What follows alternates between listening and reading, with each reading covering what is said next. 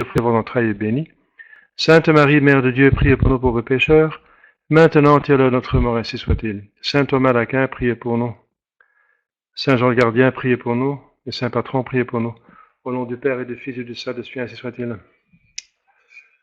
Il y a peu de participants. Bien sûr, c'est les vacances. En tout cas, l'avantage de ce cours, c'est qu'il peut être enregistré et mis en ligne. Voilà, d'accord. Voilà. Monsieur Laurent m'entend bien. Bon, voilà. Donc, je suis le cours de philosophie donné par l'Institut supérieur de philosophie de l'Université de Louvain au début du XXe siècle, donc le néotomisme du cardinal Mercier. Nous étions en cosmologie et bien le temps et l'espace. Nous avions vu donc le temps, définition thomiste du temps, ensuite l'analyse de cette définition, et ensuite à quelles conditions le mouvement nous suggère-t-il l'idée du temps, et quelle distinction établir entre le temps et le mouvement. Parce qu'on a vu que dans la définition du temps, saint Thomas met le motus, donc le mouvement, en suivant Aristote bien sûr. Alors, par quelle abstraction l'intelligence arrive-t-elle au concept universel de temps? Ça on avait vu l'autre fois. Et maintenant, on va voir les parties de la durée temporelle. La partie de la durée temporelle. Donc, le temps comprend trois sortes de parties. Ça, tout le monde le sait. Chaque enfant le sait. Mais on va quand même approfondir ça, bien sûr, de manière philosophique. Trois parties, le présent, le passé et le futur. Alors, le présent temporel est essentiellement fugitif. Tempus fugit. Le temps coule, disaient les Romains. Tout le monde le perçoit, bien sûr. Au moment où on croit le saisir, donc le maintenant, au moment même qu'on dit maintenant, l'instant après, c'est déjà le passé. Impossible de le concevoir sans le mettre en relation avec le passé qui le précède et qu'il va rejoindre, parce que le moment passé était un moment passé, c'était le présent, et avec l'avenir qui le suit et va le remplacer. Donc puisqu'il est fugitif, forcément, il faut, quand on pense au présent, on pense forcément au passé et à l'avenir, puisque justement il est fugitif. Donc il vient de l'avenir et devient passé, à l'instant, dans un instant. Donc chaque instant présent est comme ça. Même si on peut parler de période, on peut dire aujourd'hui, donc le jour de maintenant. On peut parler de ce mois, donc c'est pas un instant, c'est un laps de temps, mais ça c'est plutôt de manière impropre, parce que bien sûr nous sommes au mois de juillet, mais nous ne sommes pas dans le mois de juillet. Nous sommes dans le mois de juillet et nous ne sommes pas. Je vais m'expliquer. Nous sommes dans le mois de juillet comprend 30 jours. Nous ne sommes pas en même temps dans les 30 jours. Nous sommes maintenant seulement le 23 juillet. Le 23 juillet, le 23. Et pas, nous ne sommes pas le 1er, 2e, 3 juillet, n'est-ce pas? Donc si on dit nous sommes en juillet, c'est improprement parlant, n'est-ce pas? C'est seulement, nous sommes seulement dans un jour, et dans ce jour, non plus, nous ne sommes pas le matin qui est déjà passé, et pas à minuit qui va encore arriver, ou 11 heures du soir, Donc nous sommes dans une heure spéciale, et dans cette heure, même une seconde, etc., une minute. Donc le présent est très limité, n'est-ce pas, est très fugitif. Alors, situé à la limite de deux domaines, du passé et de l'avenir, il nous appartient aussi comme un chaînon mobile qui les réunit et disparaît avec eux sans interruption. Donc, autre élément qu'on perçoit, c'est qu'il lie, c'est un chaînon, il lie l'avenir au passé. Le maintenant lie les deux autres éléments du temps. Les parties passées et futures constituent ainsi des éléments intrinsèques du temps. Ça veut dire, ça appartient à son essence, c'est dedans, intrinsèque. Donc on ne peut pas concevoir le temps sans passé et sans l'avenir, comme je viens de dire, puisque le maintenant est fugitif. Elles ont un caractère relatif, l'avenir et le présent, bien sûr, parce qu'ils changent tout le temps. Le futur est tout le temps en train de convertir en passé par le moment présent. Ils ont un caractère relatif puisque pour se les représenter comme tels, il faut les mettre en rapport avec le présent fugitif. Voilà. Comparé au présent réel qui actuellement s'écoule, le maintenant, l'instant, toutes les parties antérieures sont définitivement passées. Celles qui suivent sont réellement à venir.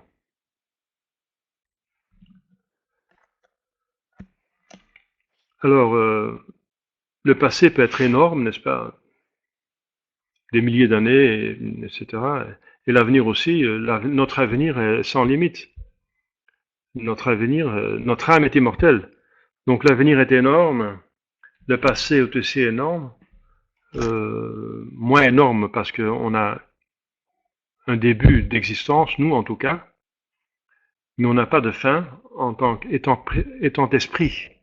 Notre corps s'arrête d'exister à la mort, mais il va ressusciter. Mais notre âme, le moi, mon intelligence, ma mémoire, ma volonté, mon âme va exister éternellement. Donc l'avenir est énorme, le passé, mon passé personnel, j'ai 65, 66 ans, donc c'est pas énorme. Et, mais le présent est fugitif, il est très court, n'est-ce pas? Le présent réel, c'est un instant. C'est un instant. Comme je viens d'expliquer avec le mois présent, c'est pas le mois qui est présent, c'est un jour seulement qui est présent dans le mois.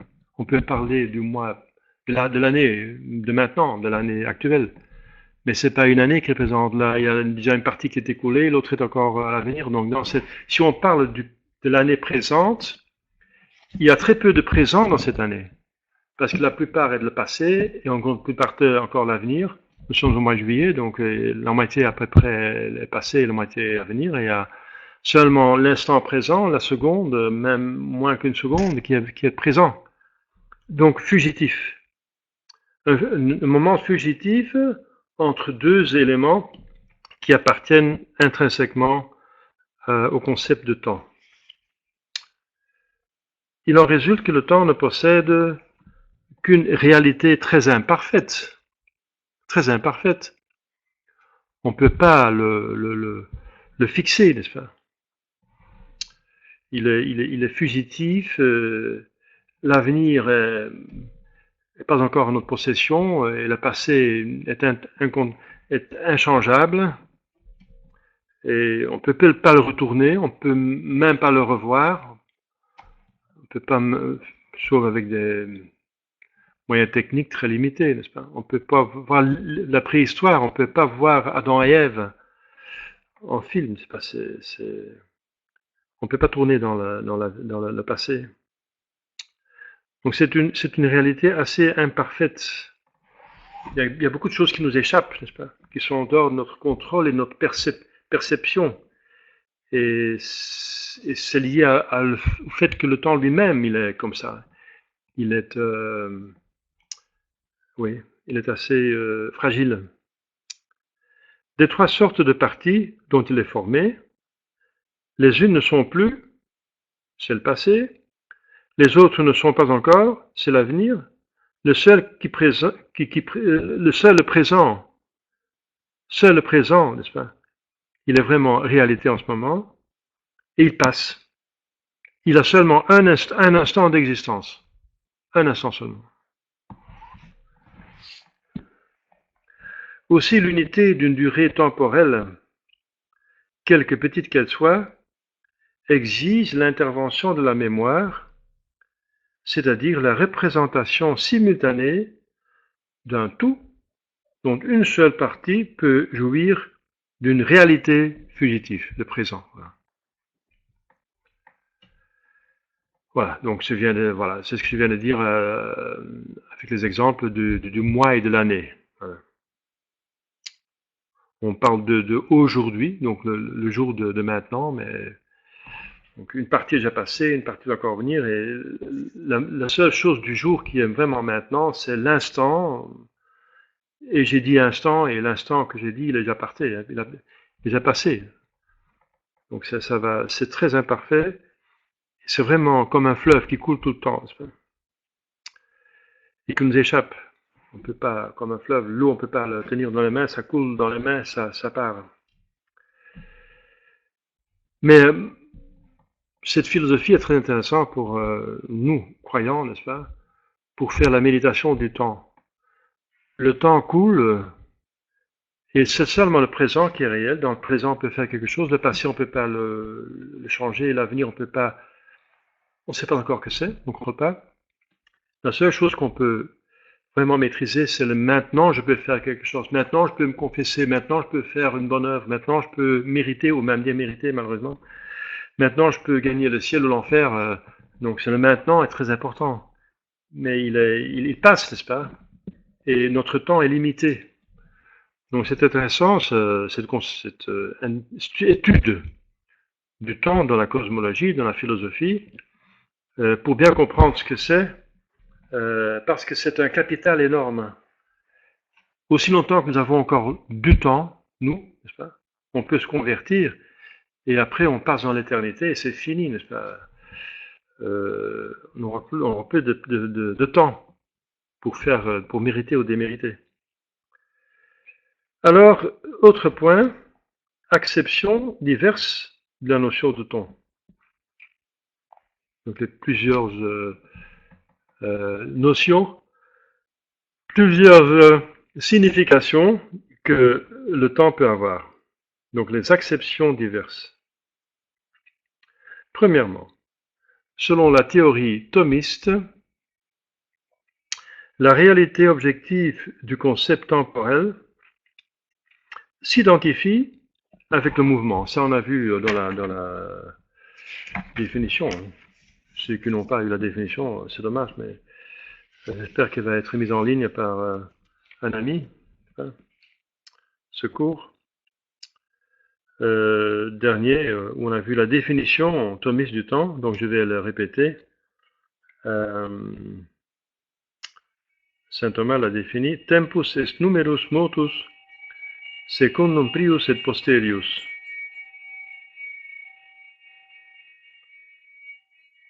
Tempus est numerus motus secundum prius et posterius. C'est un est motus, c'est un mouvement mais numéroté, selon l'avant et l'après. Définition de saint Thomas. Donc c'est un mouvement. Le temps est un mouvement, donc le temps ne peut pas exister sans mouvement. Voilà. Donc le mouvement entre dans la définition du temps. C'est ce qu'il vient de dire. Donc selon la théorie thomiste, la réalité objective, donc ce que c'est en réalité, pas seulement dans mon idée, mais dans la réalité objective. Donc c'est une contre-distinction avec ma subjectif, ça veut dire dans ma pensée seulement. Objectif, ça veut dire dans la réalité. Donc, selon la théorie thomiste, la réalité objective du concept temporel s'identifie avec le mouvement. Donc, est motus. Mais numerus, numéroté, donc numéré. Motus.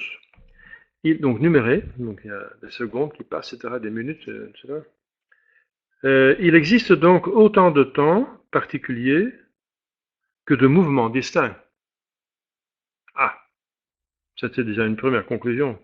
Puisque le temps est un mouvement numéroté, il existe autant de temps particuliers que de mouvements distincts aussi particuliers. En un mot, tout être soumis au changement, parce que le changement c'est un mouvement, a son temps réel, appelé communément temps intrinsèque. Ah. Voilà. Donc, chaque chose qui a un mouvement a forcément aussi un temps, puisque le mouvement ne peut pas exister sans le temps, et le temps pas sans mouvement. Voilà. Le temps, c'est une certaine mesure du mouvement, selon l'avant et l'après.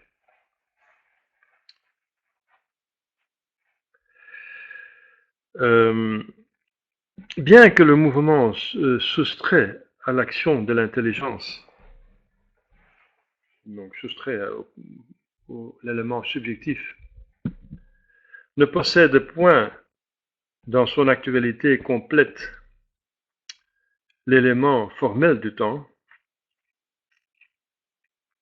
il a cependant une existence successive, divisible en parties temporelles. Donc divisible, parce que c'est un nombre numéré, donc c'est divisible. Les nombres sont des choses qu'on peut additionner, etc., ou soustraire, augmenter ou diminuer. Donc divisible. Donc je répète la phrase. Bien que le mouvement, soustrait à l'action de l'intelligence, ne possède point dans son actualité complète l'élément formel du temps,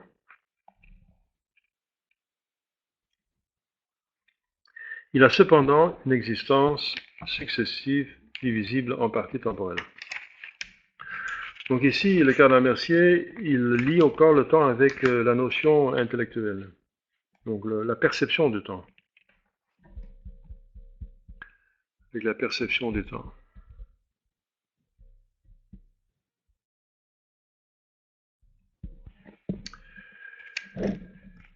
La perception du temps, donc la réalité objective, donc l'action de l'intelligence, si le mouvement est soustrait à cela, donc on voit sans cette perception l'action intellectuelle, le mouvement ne possède pas dans son actualité complète l'élément formel du temps.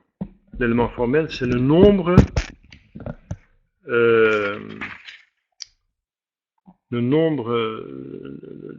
du mouvement, ou le mouvement numéré.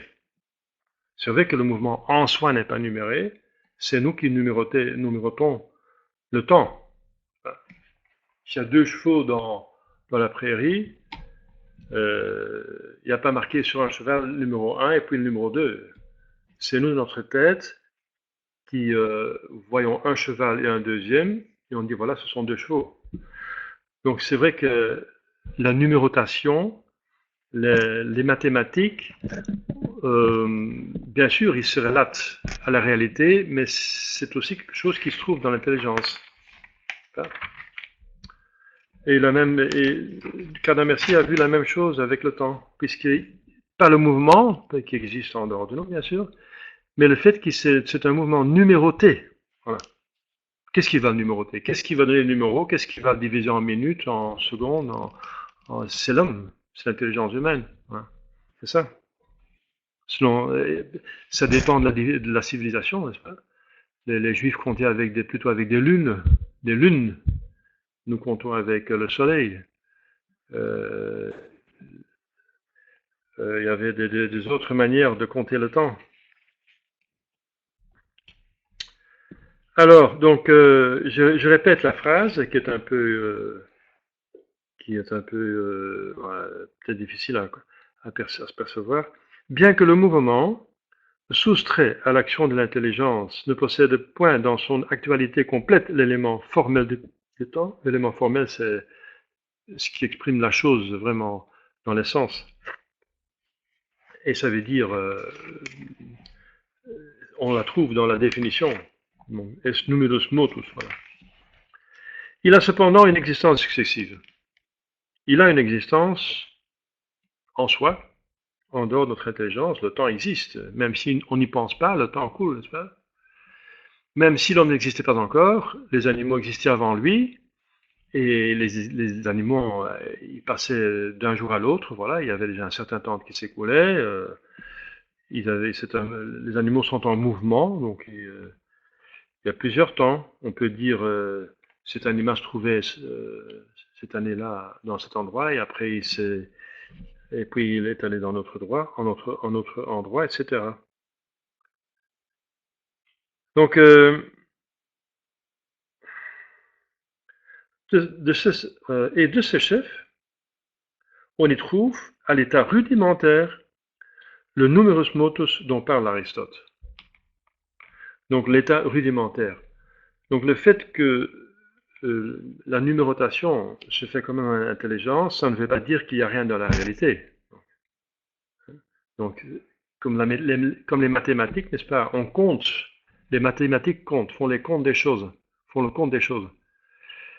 C'est une des fonctions principales des mathématiques. Eh bien, le compte se fait l'intelligence, mais les choses sont vraiment... donc il y a un numéro, un nombre dans les choses. C'est différent d'acheter un pain ou 10 pains, n'est-ce pas? Vous allez voir à la facture.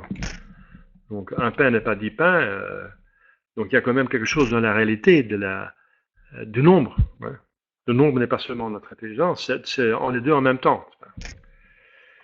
Voilà. Donc il y a de ces chiffres, on y trouve, donc dans la réalité, l'état rudimentaire, le numerus motus dont parle Aristote et saint Thomas. Deuxième point, donc de l'acceptation diverse de la notion de temps.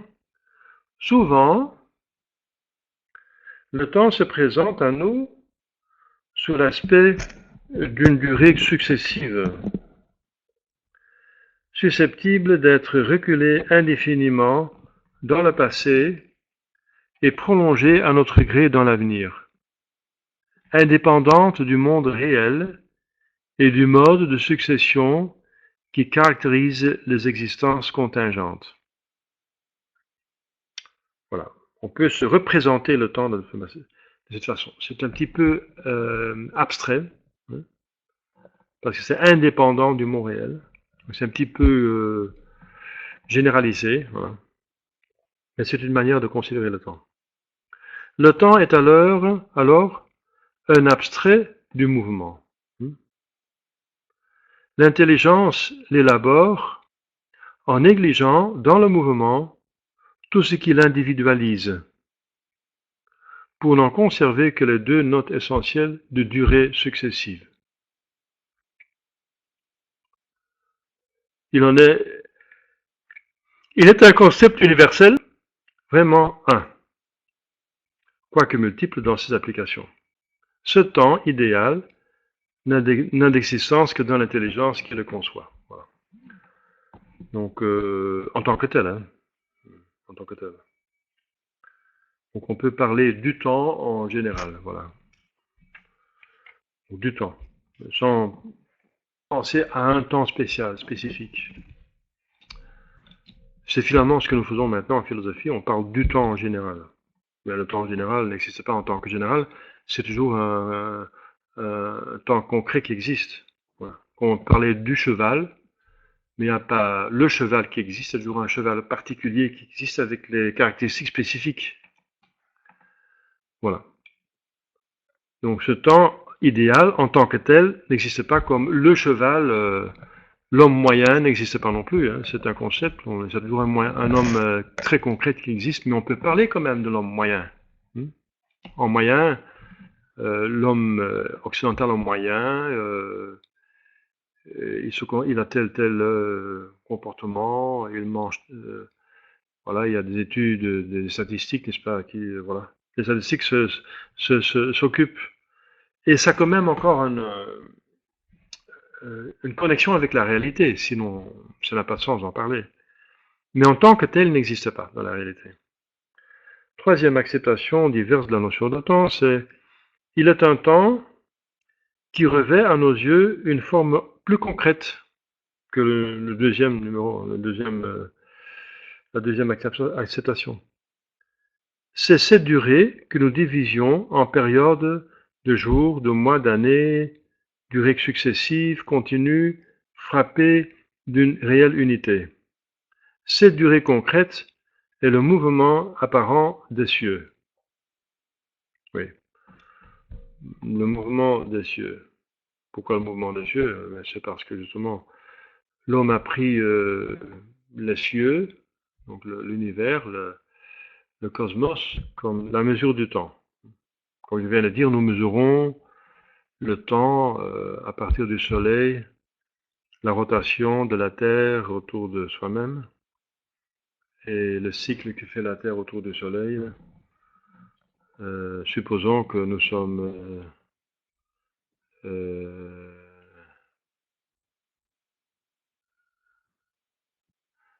enfin, comment dire, solécentristes, hein, pas géocentristes. C'est encore une grande discussion. Enfin, je parle de la supposition qui, à mon avis, est la plus évidente, c'est que la Terre tourne autour du Soleil. Voilà.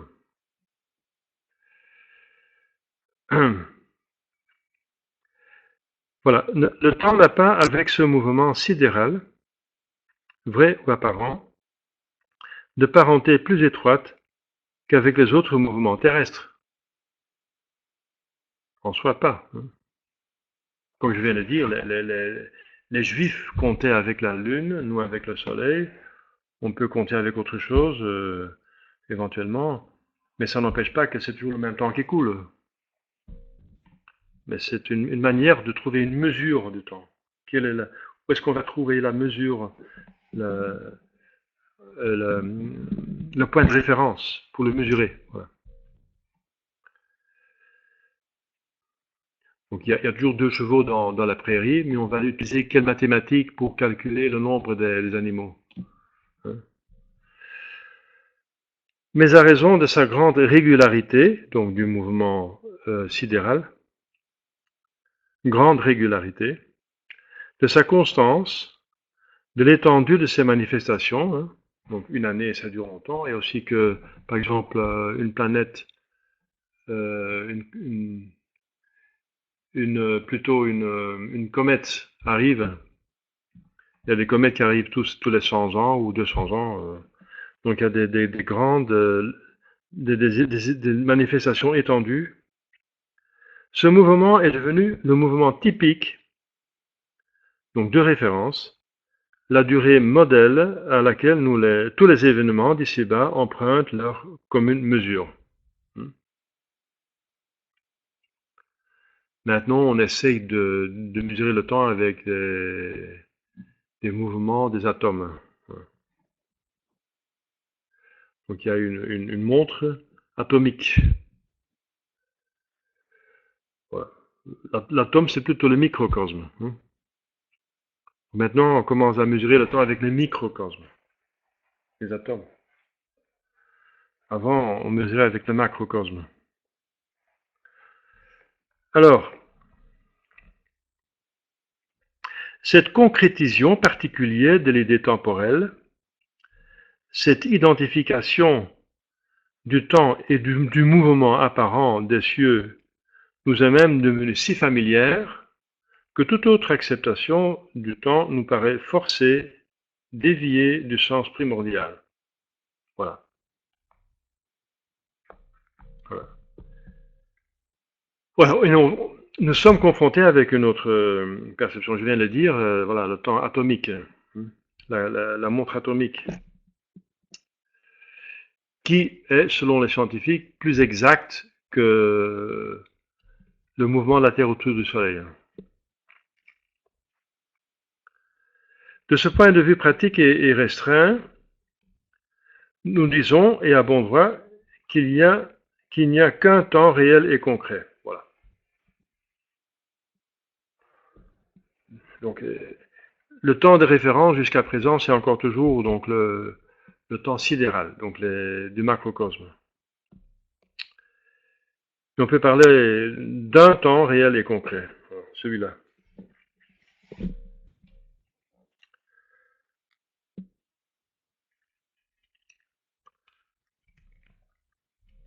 Enfin, donc quatrième acceptation, une dernière forme de durée temporelle nous est fournie par le temps imaginaire. Lorsque nous supprimons par la pensée la totalité des êtres de l'universel matériel, le temps continue de s'imposer à notre intelligence comme une sorte de réalité indestructible. Voilà, semble. Excusez-moi. Il revêt même le caractère d'un être sui generis, donc qui existe en soi, placé au-dessus de tout ce qui naît et disparaît. Donc finalement, on dirait presque au-dessus de tout mouvement. Et ça c'est bizarre parce qu'on a vu que le mouvement se trouve dans la définition du temps. Donc abstraire le temps du mouvement, c'est presque le détacher de sa propre essence. Hein. Alors, voilà, donc c'est pour ça qu'il est imaginaire plutôt. C'est dans l'imagination, c'est pas en réalité. Placé au-dessus de tout ce qui naît et disparaît, nécessaire, malgré la succession ininterrompue de ses parties constitutives, embrassant tout à la fois le passé et l'avenir, l'antérieur à l'apparition des mondes, est capable de survivre à leur destruction. Ce temps est appelé imaginaire. Il est en fait un produit hybride de l'intelligence et de l'imagination. Une fusion du temps abstrait, universel, indépendant comme tel de toute existence particulière et d'un mouvement vague et imprécis représenté par l'imagination. Donc il reste quand même un mouvement parce qu'on ne peut pas enlever l'essence de la chose sinon on détruit la chose. Mais c'est un mouvement vague et imprécis, c'est peut-être le mouvement de l'imagination elle-même. Voilà. L'imagination est aussi en mouvement, donc il reste toujours un mouvement. Si on enlève tous les êtres par la pensée, on est toujours en train de penser. Hein, et on ne peut pas enlever la pensée, sinon on ne pense plus. Donc voilà, donc il reste toujours quelque chose qui est en mouvement, si on enlève tout être. Et voilà, parce que le mouvement ne peut pas être absent dans le concept du temps. Donc c'est un concept hybride de l'intelligence et de l'imagination.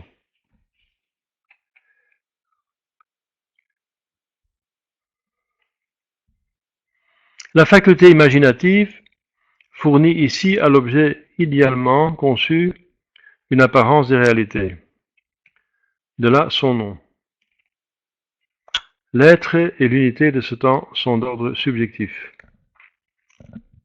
C'est-à-dire c'est dans la pensée uniquement. Voilà, alors on a presque passé 1 heure. Je ne sais pas si vous avez des questions à poser. Voilà, on en parle encore du temps, n'est-ce pas? J'ai parlé 50 minutes, au moins, parce qu'on a commencé à être plus tard, on a attendu 15 minutes. Voilà. On a donné des cours, c'est un mouvement, c'est une poursuite, une série d'idées, donc un mouvement de l'intelligence, une fonction et des autres facultés pour transmettre l'intelligence et la connaissance. Le temps passe, voilà, donc on est en plein dans le temps, hein, bien sûr. C'est facile de penser au temps parce qu'on est dedans. Donc il n'y a pas de questions particulières. Ouais. On passe à l'espace. Article 2. Le temps et l'espace. Nous sommes en cosmologie. Donc toute chose physique, ça veut dire perceptible de manière sensible à un temps et un espace. Donc on parle de 4 dimensions. Les 3 de l'espace et le temps, c'est la 4e dimension. Ça, c'est reconnu par tout le monde. Bien, on a parlé d'une dimension, le temps, et maintenant de l'espace. Alors, définition du lieu interne. C'est quoi un lieu interne? Tout corps de la nature, ça veut dire de la création, non pas de la production humaine, mais de la nature, donc ce qui se présente sans intervention forcément donc humaine. Tout corps, donc corps ça veut dire un objet sensible, hein, donc le corps dans la terminologie philosophique. Tout corps de la nature possède un certain volume et occupe une place déterminée, un lieu approprié dont le changement constitue le mouvement local. Voilà, effectivement, mouvement local.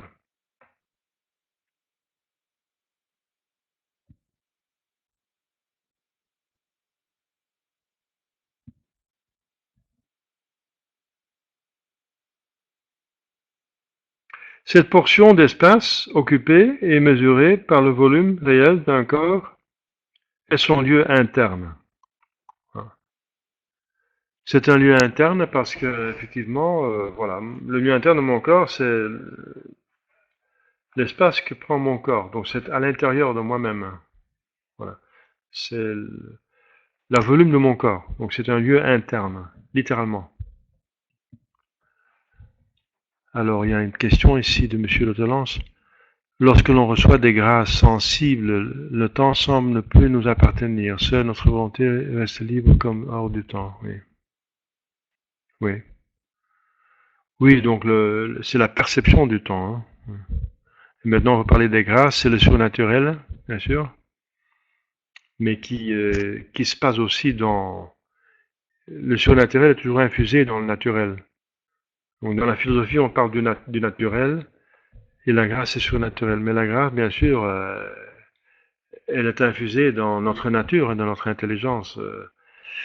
Mémoire, volonté dans notre âme, qui est notre nature. Voilà, donc dans ce sens-là, bien sûr, elle est directement liée à un temps.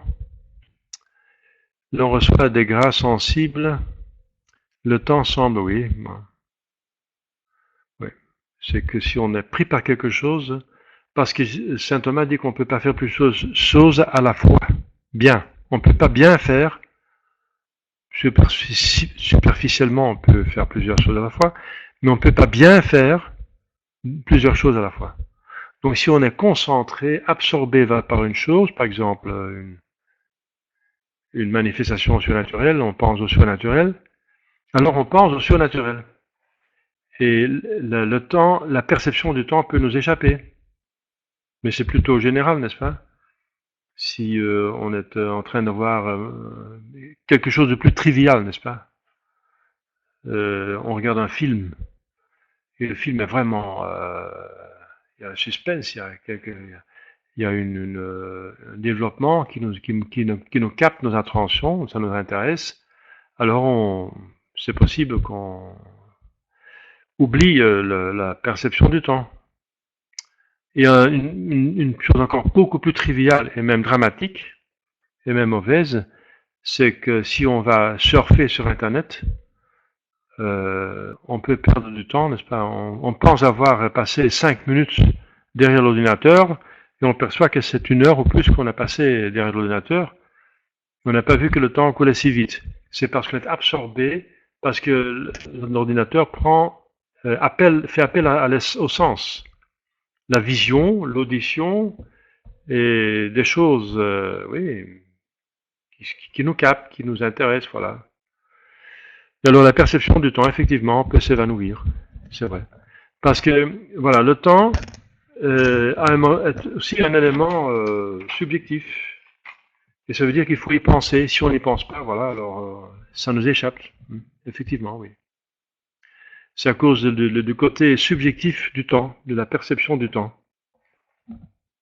La même chose pour le lieu, n'est-ce pas? Si on est occupé, on est en train de penser, et